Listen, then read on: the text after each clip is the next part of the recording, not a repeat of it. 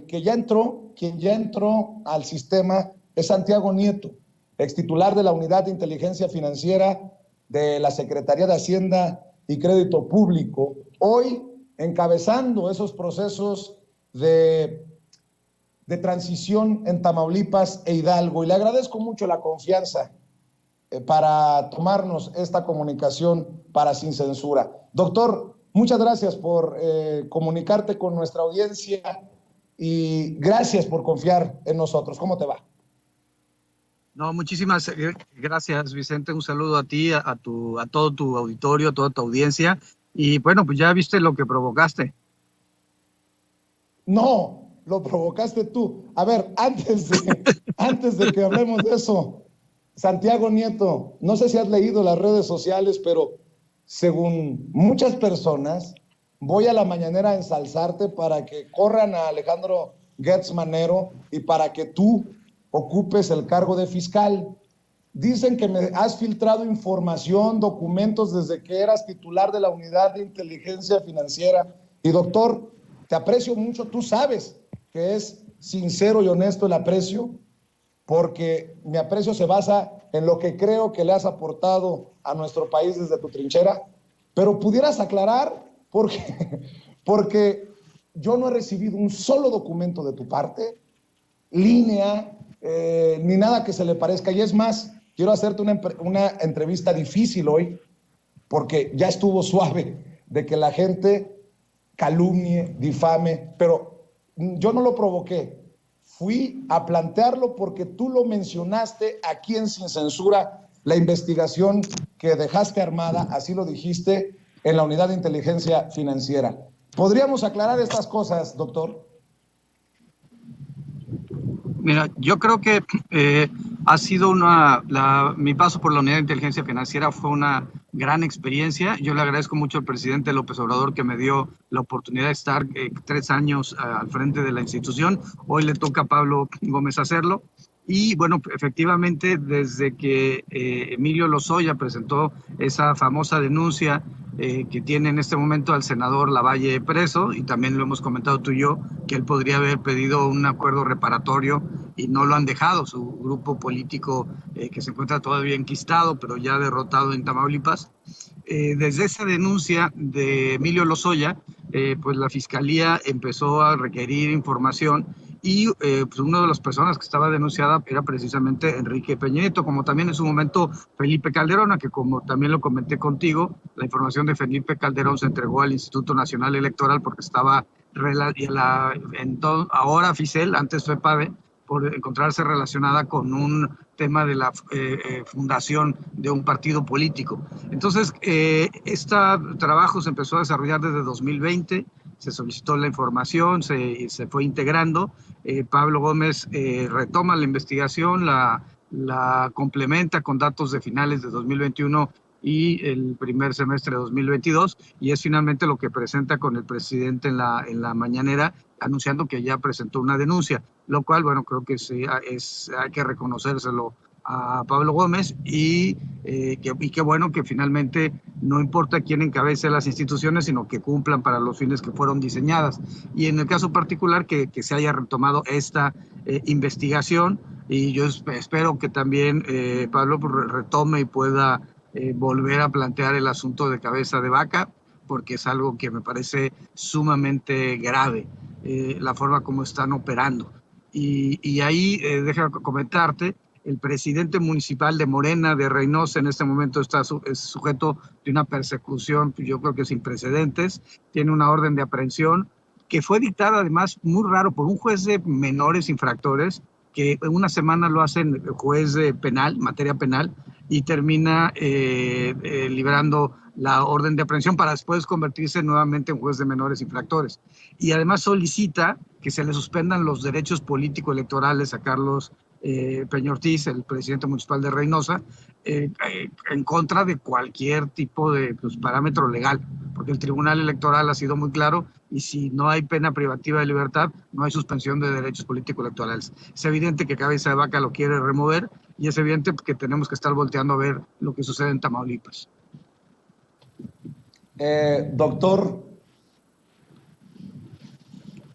¿Pensaste que lo que me dijiste en la entrevista iba a generar esto con la insistencia y además con la voluntad del presidente, ¿no? Porque hace un mes le dice a Pablo Gómez que aclare. No llega Pablo Gómez y yo le digo, presidente, ya va para un mes. Y me dice, mañana. ¿Qué tan importante es que lo que se deja armado en tu caso, insisto, también hay que reconocerle a Pablo Gómez que se presenta ya como denuncia ante la Fiscalía y que hoy la Fiscalía a cargo de Alejandro Gertz Manero tenga una carpeta de investigación que todos esperamos termine judicializándose y termine llevando ante los tribunales en algo que sería histórico a Enrique Peña Nieto como expresidente de México? Desde tu perspectiva, ¿cómo lo evalúas? ¿Cómo lo aquilatas, Santiago? Bueno, yo creo que ese es un caso histórico. Creo que la Fiscalía tiene en este momento una gran responsabilidad histórica para poder integrar esa carpeta de investigación. Están los datos que Pablo ha hecho públicos respecto a las dos empresas y los miles de millones. Hay 2,000 millones, por ejemplo, que se fueron a Inglaterra, a Irlanda, a Estados Unidos en cuentas propias de la empresa, pues, con los familiares del señor Peña Nieto. Y bueno, también están los datos y las tarjetas de servicios que se pagaban, que les pagaban, pues básicamente en efectivo al entorno cercano, a la exesposa y a familiares de la exesposa. Entonces creo que es un gran trabajo. Hay que recordar además que recientemente él adquiere la visa dorada en España por inversiones de más de 1 millón de euros, de lo que se tiene conocimiento. Y pues sí es importante que se abra un proceso que permita revisar las cosas. He escuchado recientemente algunos analistas que plantean que esto es un tema político electoral vinculado con la elección del Estado de México. Yo no comparto ese criterio, primero porque estamos muy lejos de las elecciones todavía. Esto va a ser algo que las elecciones estarán hasta el próximo, va a ser hasta junio, el próximo año, la jornada electoral en el Estado de México. Y dos, porque tampoco creo que sea necesario. Morena en todas las encuestas y sondeos de opinión va por encima de la coalición, que también para el Estado de México tiene una complejidad especial, porque tanto el PRI como el PAN quieren impulsar candidatos, y hay un componente que también es relevante, que es el componente de la paridad.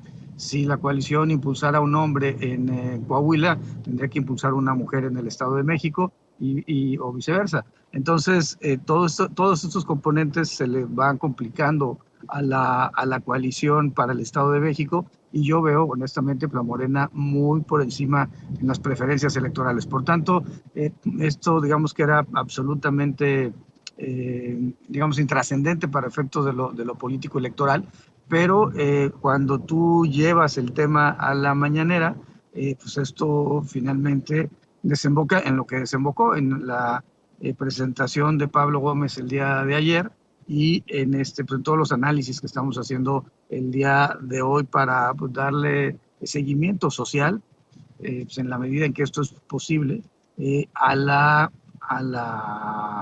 esta carpeta de investigación que involucra a un expresidente de la República. También creo que es importante señalarlo. El presidente López Obrador ha dicho que el trabajo y el combate en contra de la corrupción en el país es la bandera principal de su gobierno, y que es importante que hay cosas que se hicieron en la administración anterior de la UIF se retomen en esta actual administración y den los resultados a la ciudadanía que estamos viendo.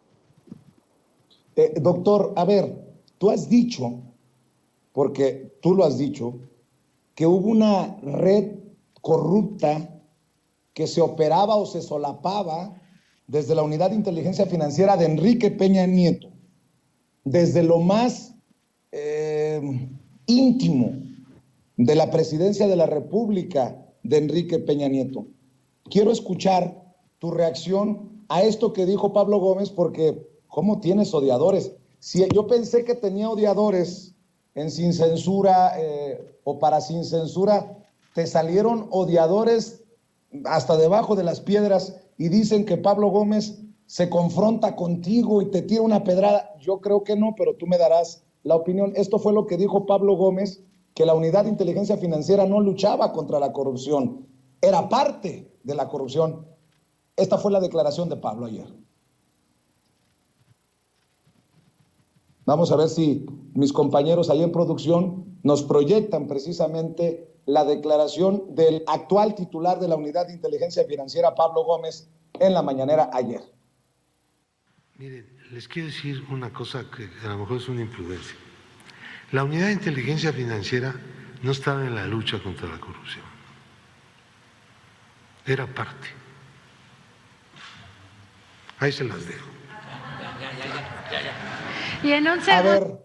A ver, doctor, dicen que para que cale, pues uno se tendría que poner el saco. ¿Te queda el saco? ¿O a qué crees que se refiera Pablo Gómez para de una vez desmentir, aclarar cualquier campañita que señale que Pablo Gómez te está tirando la piedra? Doctor, sí, ¿estás peleado con Pablo Gómez? No he hablado con Pablo Gómez, hablé con Sandino Luna, que es su segundo, y le dije, oye, Sandino, me parece que fue inapropiado este mensaje porque pues no aclara la temporalidad. Y me dijo, no, la verdad es que es el discurso de siempre de Pablo Gómez, siempre ha dicho que es antes de la llegada de la Cuarta Transformación, y es algo que me lo puso Sandino por escrito, tiene que ver con las denuncias que tú presentaste por el descongelamiento de cuentas del caso Hermes y otros casos de extorsión de los cuales tenemos conocimiento.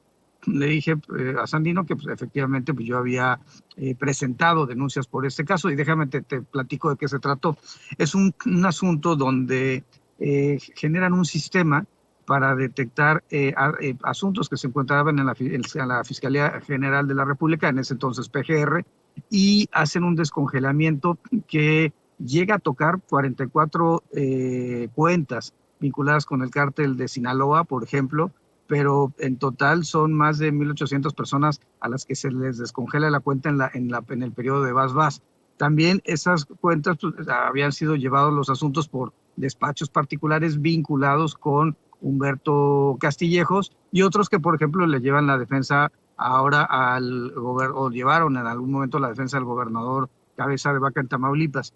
Entonces, Sandino me dijo que esa había sido la intención, que de hecho es un discurso permanente de Pablo Gómez y con los ejemplos que acabo de poner, y pues evidentemente a mí no me queda.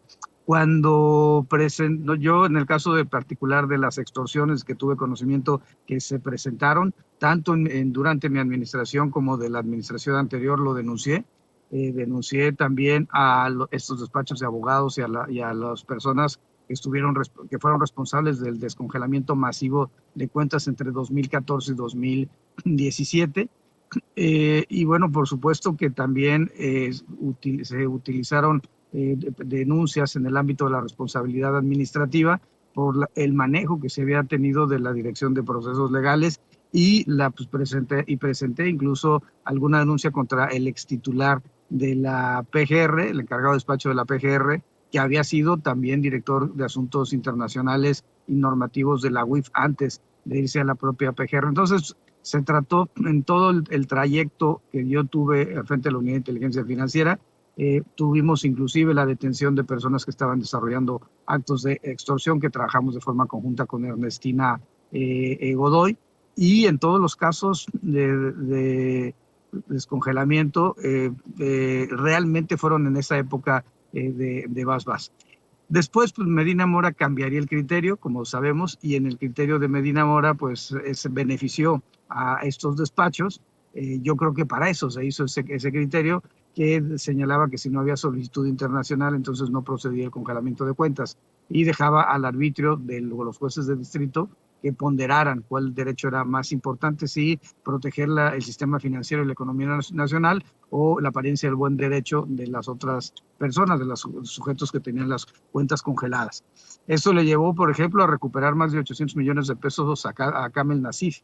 Entonces, no, yo tomo por válida la disculpa de Sandino Luna.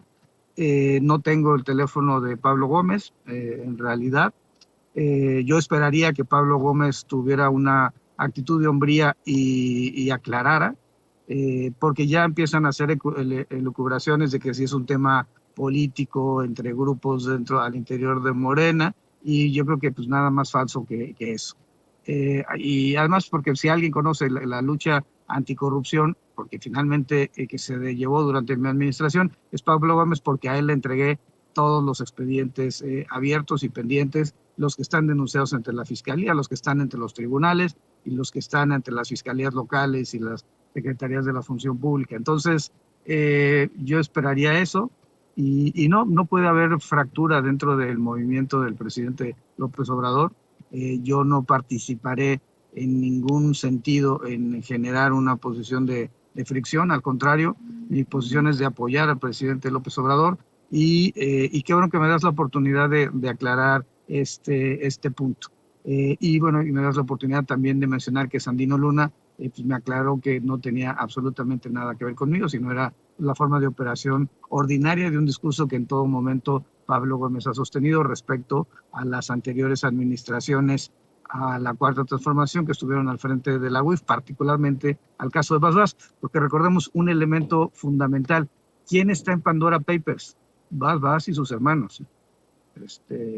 No estoy yo, no está mi esposa, están los Bas y sus hermanos. Están gente del entorno cercano de Peña Nieto, incluyendo los empresarios que él estuvo apoyando durante su sexenio. Hay gente vinculada al Partido de Acción Nacional. Entonces, no creo que pues está el ex procurador Murillo Karam. Entonces, no, yo creo que la 4T no debemos de prestarnos a este tipo de cosas, y bueno, ni en un sentido ni en otro. Doctor, ya que estás hablando de esto, quiero decirle a la gente que por alguna razón te planteé esta situación para la aclaración, y sobre todo para que nos des idea de la perversión de Enrique Peña Nieto, porque muchos lo hemos tildado, perdóname, tú eres muy propio, pero yo no, de pendejo. Por años lo hemos tildado de pendejo, pero nos resultó más cabrón que bonito, si me permites esa expresión que usaba mi nana, que en paz descanse. ¿Qué grado de perversión? O sea, lo que dice Pablo Gómez es 26 millones. Les digo, ahí no está la nota. La nota no está en los 26 millones, que es muy poco. La nota está en los contratos del gobierno, del hombre que encabezaba México, a empresas con las que tenía vínculos. Eso sí es corrupción. Y lo que tal vez nos puedas aportar, porque dame tu opinión de los dos tweets, por ahí los deben de tener los compañeros en producción, los dos tweets que manda Enrique Peña Nieto desde España, desde su millonaria vida en España, que fue lo que a mí me hizo, te soy sincero, fue lo que me hizo encabronar, y fue por eso que te saqué el tema cuando te entrevisté y que me dijiste de la investigación. En relación con la denuncia presentada en mi contra por la Unidad de Inteligencia Financiera, estoy cierto que ante las autoridades competentes se me permitirá aclarar cualquier cuestionamiento sobre mi patrimonio y demostrar la legalidad del mismo. Dentro de los procedimientos legales, expreso mi confianza en las instituciones de procuración y administración de justicia.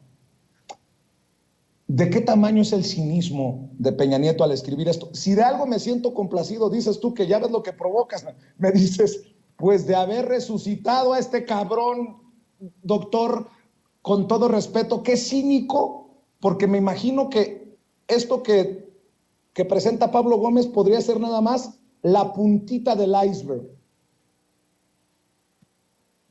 Sí, a ver, yo creo que faltaría, por supuesto, completar la investigación y en varias vías. Como hemos comentado, hay un boom importante de adquisición de bienes inmuebles en Estados Unidos por parte de la clase política mexicana. Pero, y ahí está, por supuesto, Cabeza de Vaca, y ahí está Lozano, etcétera. Pero el otro bloque importante de mexicanos comprando es en Madrid y en Barcelona. Recientemente se hizo el conocimiento inmueble que tenía el abogado de Peña Nieto en el Four Seasons en Madrid, cerca de la Puerta del Sol, y también se ha hecho pues, el conocimiento que adquirió Enrique Peña Nieto, la visa dorada. Hay que recordar que, pues, de dónde viene Enrique Peña Nieto y cómo fue su gobierno. Enrique Peña Nieto finalmente forma parte del Grupo Atlacomulco, llega a gobernador del Estado de México, y pues es un estado con una cantidad impresionante de recursos, y de ahí obtiene la presidencia de la República a través de un proceso en donde hubo financiamiento ilícito a la campaña electoral. Esto es algo que el INE no ha querido reconocer ni avanzar en las investigaciones. Alguna vez presenté les pedí una vista de la información que teníamos del caso Odebrecht y terminaron desechándolo en la comisión respectiva, porque no llegó el asunto al Consejo General del INE. Pues en realidad ha sido como una actitud de no querer ver que en 2012 hubo un exceso de recursos públicos y privados, incluyendo, por supuesto, Odebrecht.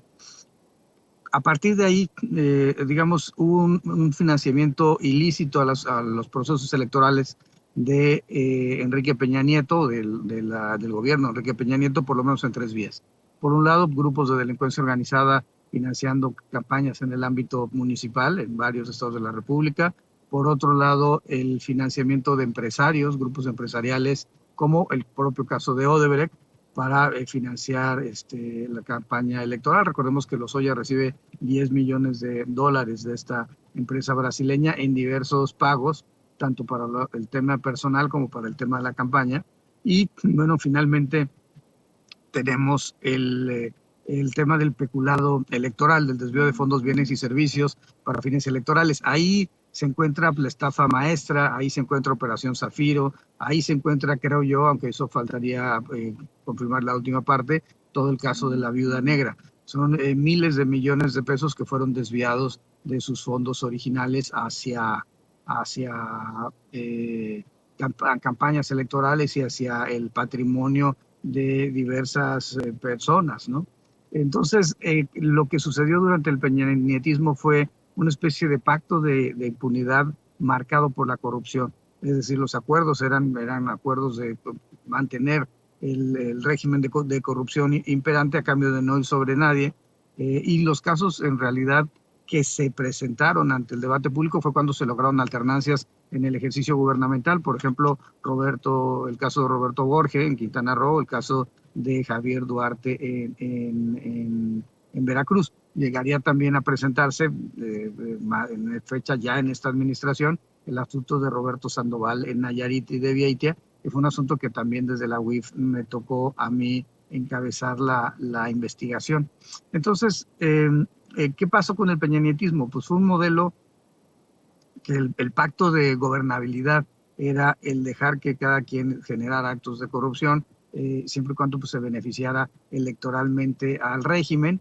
Y ese hartazgo de la sociedad mexicana, aunado al carisma de Andrés Manuel López Obrador y a la fortaleza del sistema electoral mexicano, dieron como resultado que en el 2018 se cambiaran los parámetros de la transición democrática, y de hablar de un sistema de partidos con 3 partidos relevantes. Tenemos un sistema de partido predominante con Morena hoy en día, y dejamos atrás la etapa de los gobiernos divididos que tuvimos desde el 97 al 2018, y hoy tenemos un gobierno que está acompañado mayoritariamente en el Congreso, no con mayoría calificada, pero sí con una mayoría relativa en la composición de la Cámara de Diputados y Diputadas y del Senado de la República. Entonces hay una transformación social, y la transformación social deviene, de mi punto de vista, de que la sociedad mexicana se hartó de todos los temas de corrupción. Y estamos hablando del peñanietismo, pero también eso se podría replicar en menor escala, pero en el análisis, por ejemplo, de Genaro García Luna durante el gobierno de Felipe Calderón, o de algunos otros actos que realmente fueron generadores de altos niveles de corrupción. Hoy en día creo que estamos en esto, y bueno, creo que es importante lo que se hizo ayer por parte del presidente de la República de hacer público, ¿no? La democracia, decía Bobbio, es el ejercicio del poder público en público, y pues fue importante que se señalara que esta investigación existía y que Pablo Gómez ha presentado la denuncia correspondiente. Y que ahora está en manos del fiscal general de la República buscar que se judicialice y lo que venga. Solo porque lo acabas de mencionar, doctor, y porque recuerdo que ayer también lo mencionó, ahí estuve, no participé en la conferencia, pero ahí estuve al pendiente en la parte de atrás del Salón Tesorería en Palacio Nacional y escuché a Pablo Gómez, el actual titular, decir que se tenían muchas cosas, palabras más, palabras menos, sobre García Luna. Perdóname por lo que te voy a preguntar, porque a lo mejor te pongo en una situación complicadísima, hasta donde se pueda. Pero, doctor, si tú en algún momento en una entrevista me dices, yo dejé armada una investigación sobre los flujos de capitales que llevan a Peña Nieto, que esa declaración la retomo para pedirle al presidente que nos aclare. Él asegura que comparecerá Pablo Gómez y tenemos lo de ayer. No podría creer, Santiago Nieto, que solamente tengamos ahora los mexicanos una posibilidad más clara de llevar ante los tribunales, al banquillo de los acusados, a Enrique Peña Nieto. Hay investigaciones directas, así como las de los flujos de capitales que llevan a Peña Nieto, sobre Calderón, sobre Fox, porque, permíteme decirlo, doctor, no me puedo creer que no haya una investigación, una línea, algo que nos lleve a Calderón y a Fox, conociendo todo lo que nos ha dicho el presidente en las mañaneras. ¿Qué me dices de esto, Santiago Nieto? Bueno, nosotros hicimos sobre Genaro García Luna, presentamos una denuncia y se le entregó la información incluso por una asistencia jurídica a Estados Unidos, a los fiscales del Distrito Oeste de Nueva York que estaban llevando el caso. Hubo intercambio de información para la presentación de las denuncias en México, que tiene la Fiscalía General de la República. Y lo mismo que el caso de Cabeza de Vaca, que también, al que también Pablo Gómez hizo alguna referencia.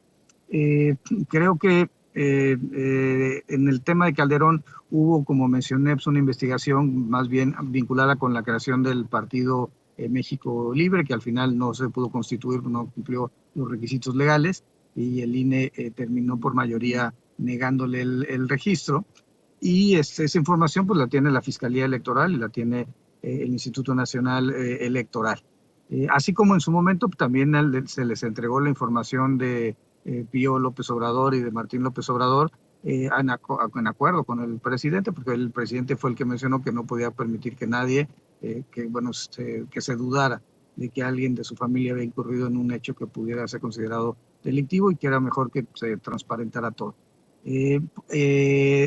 Pero en el caso particular, también hay que decir algo. El delito de lavado de dinero es un delito que se sanciona con 5 a 15 años de prisión y por tanto prescribe, es un término medio, a los 10 años de la comisión de la conducta delictiva. Por eso yo siempre, digamos, planteé que se tenía que discutir por lo menos la creación de una comisión, ya sea en el Senado, en la Cámara de Diputados o una comisión intersecretarial de la verdad para los actos de corrupción. México firmó la Convención de Mérida, que es la Convención de Anticorrupción, en el año 2004, y se obliga a generar acciones para identificar a personas políticamente expuestas, beneficiarios finales. Toda la discusión que hemos tenido sobre las WIPES pues, está relacionada con esto.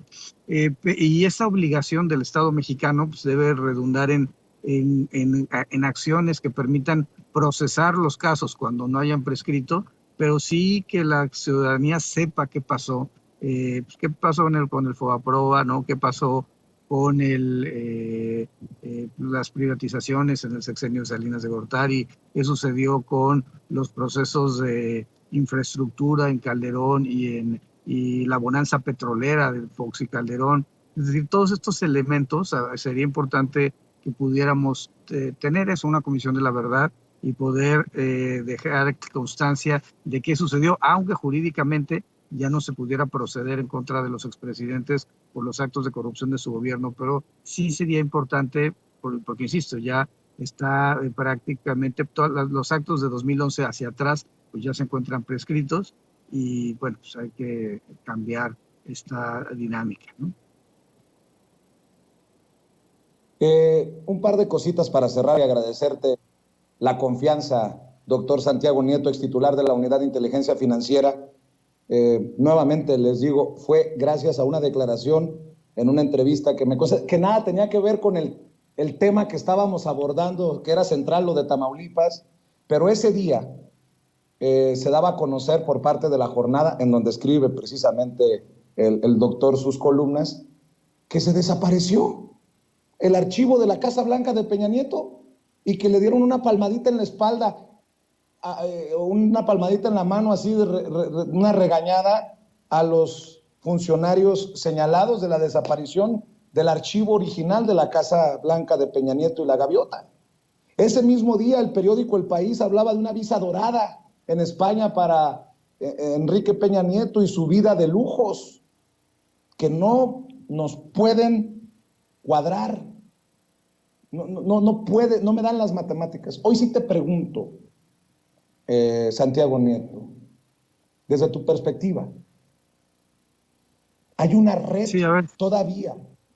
Déjame preguntártelo. ¿Hay una red todavía de funcionarios, a lo mejor de bajo nivel o de medio nivel, que quedaron enquistados del gobierno del sexenio de Peña Nieto, ahora dizque de la 4T, pero que en realidad están protegiendo los intereses de estas redes mafiosas? Y te lo pregunto porque, qué coincidencia, se perdió el archivo original de la Casa Blanca de Peña Nieto. Qué casualidad que nadie hablaba en los medios de comunicación de esto que tú ya habías hablado, pero que obviamente hoy ya estamos muy adelantados con una carpeta de investigación en la Fiscalía General de la República. Hay redes todavía enquistadas que protegen a los Calderón, a los Fox, a los Zedillo, a los Salinas, a los Peña Nieto.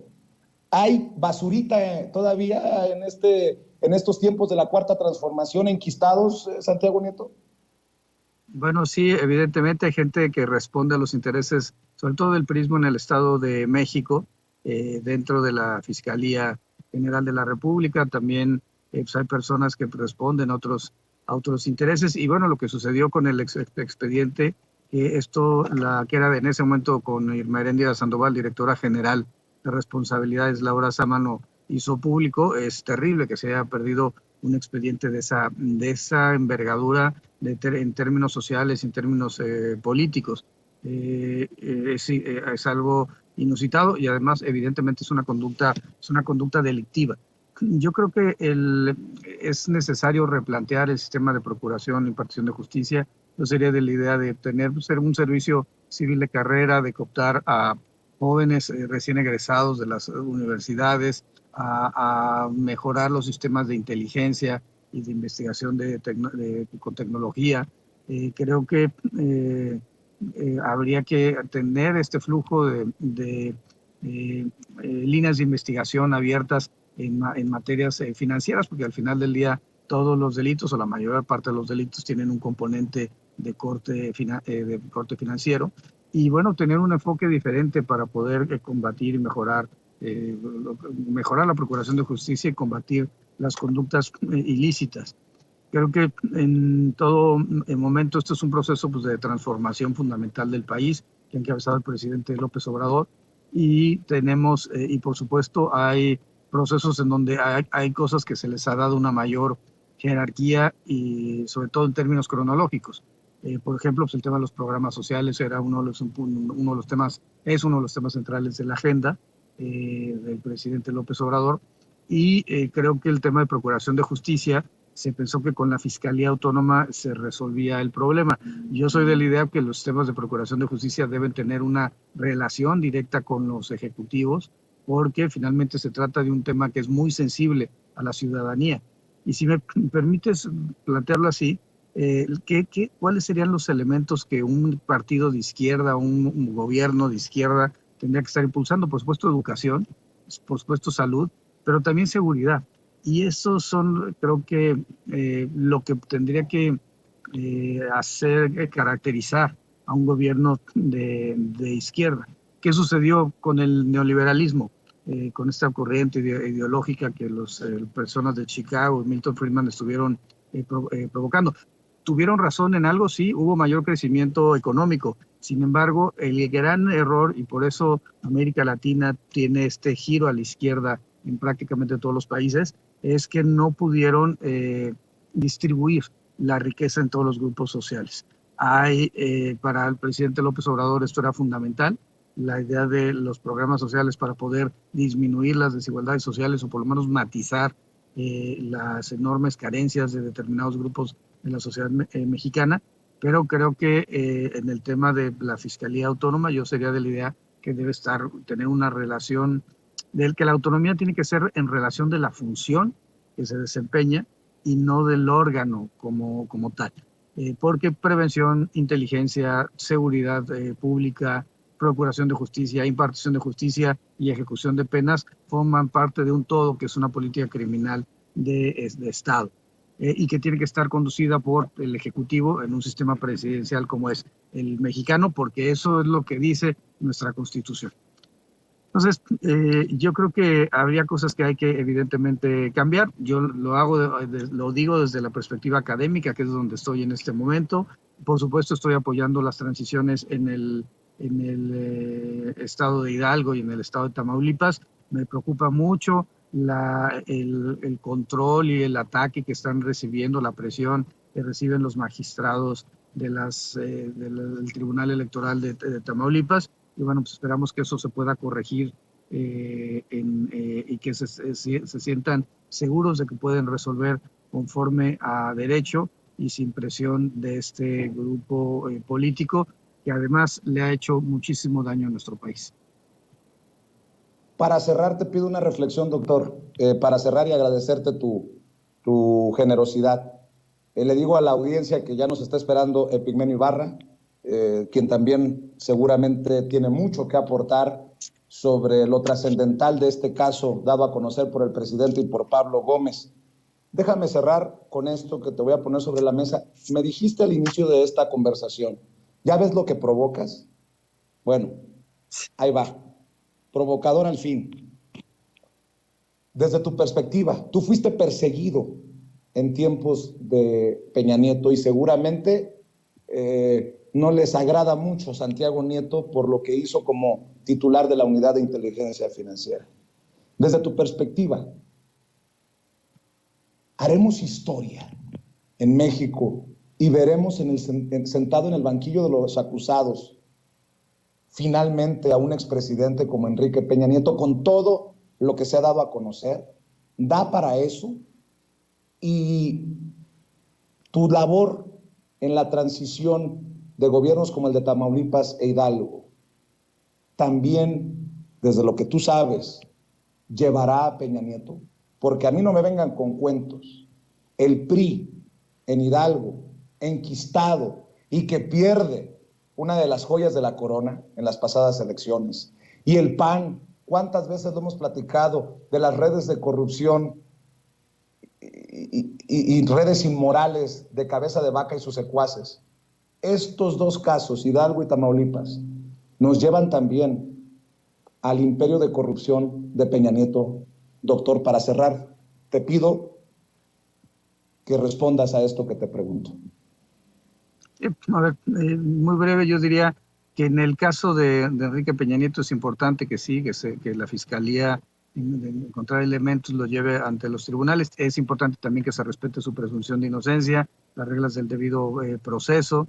Y yo sí soy de la idea de que en temas de corrupción, pues los servidores públicos tenemos en general un umbral de protección menor que el de las otras personas. Yo ya no soy servidor público, pero en términos de la normatividad internacional, hasta que uno deja 3 años de ser servidor público, sigue siendo persona políticamente expuesta y por tanto los controles tienen que ser mucho más estrictos. Del caso de Tamaulipas, ha sido pues vergonzosa la actitud del gobernador, la forma como ha estado atacando a los presidentes y las presidentas municipales de Morena, cómo cambió la normatividad del Congreso para que no pudiera designar Morena un presidente de la Junta de Coordinación Política, cómo cambió y hizo la ley y generó designaciones para que no pudieran ser nombrados los directores de los organismos de agua, y bueno, finalmente cómo dotó a una Fiscalía General en un hecho sin precedentes, salvo Nayarit, donde el fiscal era a su vez titular de la Secretaría de Seguridad Pública, y bueno, eso realmente generó un halo de impunidad y de corrupción que llevan a que hoy en día Sandoval y Vieitia, los creadores de este diseño, se encuentren en la cárcel, uno en México, otro en Estados Unidos.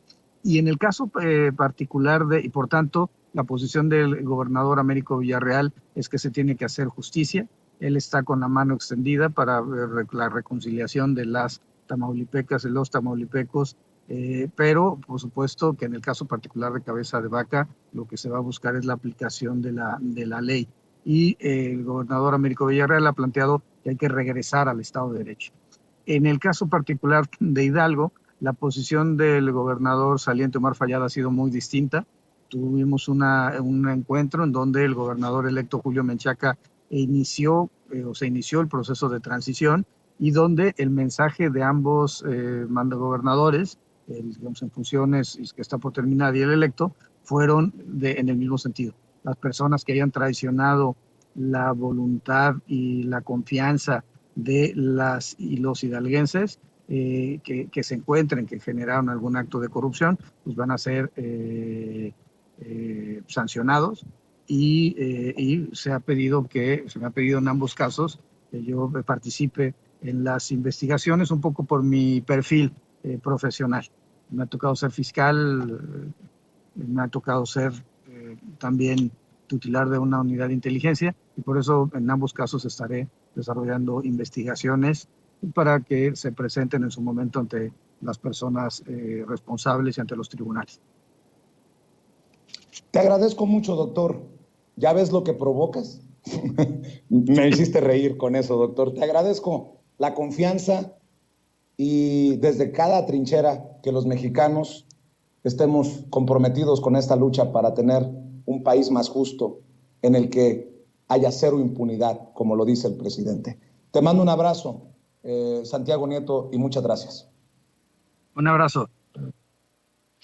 Santiago Nieto, el extitular de la Unidad de Inteligencia Financiera, hablando con nosotros.